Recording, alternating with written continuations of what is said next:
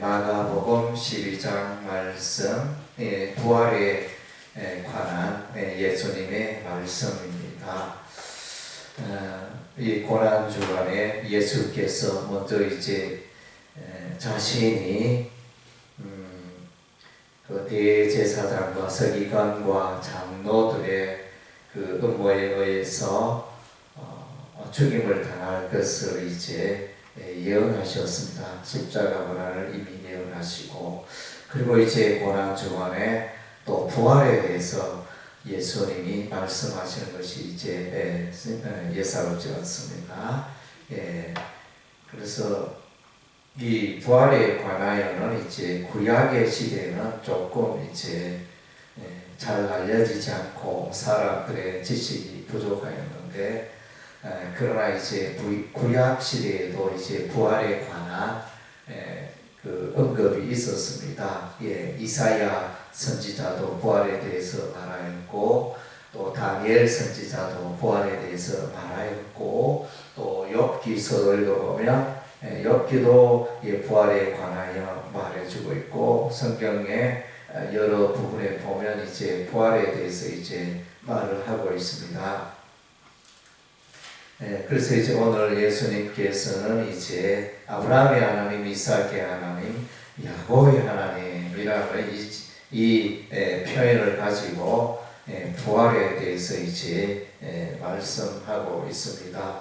출애굽기 3장의 내용인데, 그것을 오늘 예수님께서 인용하셔서 사두개인들에게 말씀하십니다. 이 사두개인들은 이스라엘의 3대 종파라면 이제 사두개인, 사두개파, 바리새파, 에세네파 이렇게 3개 종파가 있는데, 이 바리새인들은 영과 부활을 믿었지만 사두개인들은 이제 영과 부활을 믿지 않았습니다. 그래서 여기서 이제 부활이 없다는 사두개인이었습니다. 부활을 믿지 않고 부활이 어디 있느냐 이렇게 말하는 이 사두개인들의 그 보면 이제 대제사장도 거기에 속한 것을 보게 되어집니다. 그래서 예수님을 책잡기 위하여 던진 질문입니다. 그래서 예수님께 묻기를, 이제 7 형제가 있었는데, 그래서 첫째가 아들이 없어서 자녀가 없어 죽고, 또 그래서 둘째가 형수를 취하고, 또 아들이 없이 죽어서 셋째가 또 형수를 취하고, 이렇게 해가지고 이렇게 하다가 다 이제 죽었는데, 부활 때는 그 형수가, 그 아내가 누구의 아내가 됩니까? 이런 이제 좀 보면 난감한 질문입니다. 난감한 질문. 이제 이런 배경들은, 이러한 질문을 한 배경은 이제 이러한 제도를 이제 계대 결혼법이라, 계대 결혼법, 형사 취수제 이렇게 일컫습니다. 그래서 이제 자식이 없어 죽으면 그 후대를 세우기 위하여 이렇게 또 형수를 돌보고 하는 이런 이제 제도가 이스라엘에 있었습니다. 이것에 관하여 이렇게 질문을 하고 책잡았습니다. 그런데 예수님은 이들을 향하여 너희가 성경도 하나님의 능력도 알지 못하는도다 이렇게 말씀하시면서, 오늘 이제 우리 예수님께서 이제 중요한 2가지를 말씀하십니다. 첫째는 보니까 이제 아브라함이 살아있다는 것입니다. 이삭이 살아있고 야곱이 살아있다는 것입니다. 그래서 나는 아브라함의 하나님이요 이삭의 하나님이요 야곱의 하나님이다.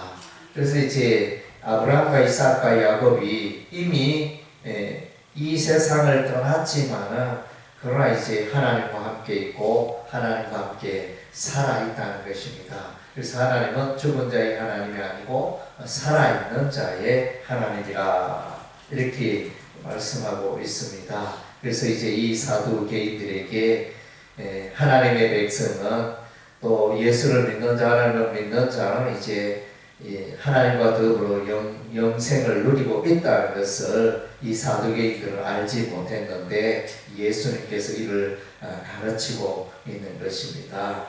그리고 이제 두 번째는 그러면 죽은 자가 살아났을 때 어떤 모습으로 있느냐, 그것을 말씀해 주고 있는데 천사와 같다, 하늘의 천사와 같다, 이렇게 말씀하셨습니다.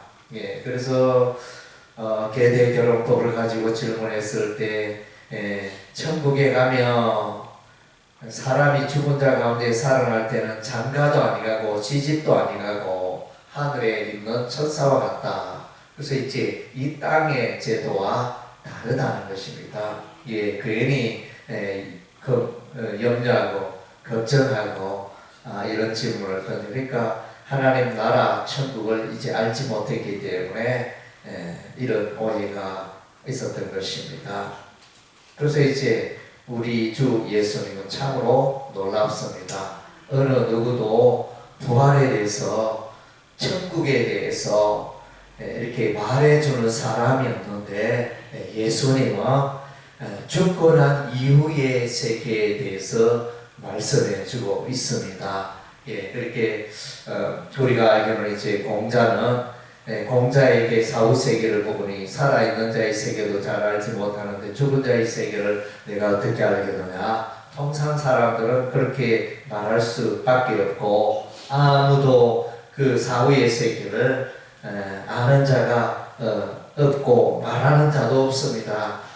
그러나 이제 우리 주 예수님은 이제 사후의 세계에 대해서 말하고 있다는 데에서 이 본문이 놀라운 본문입니다.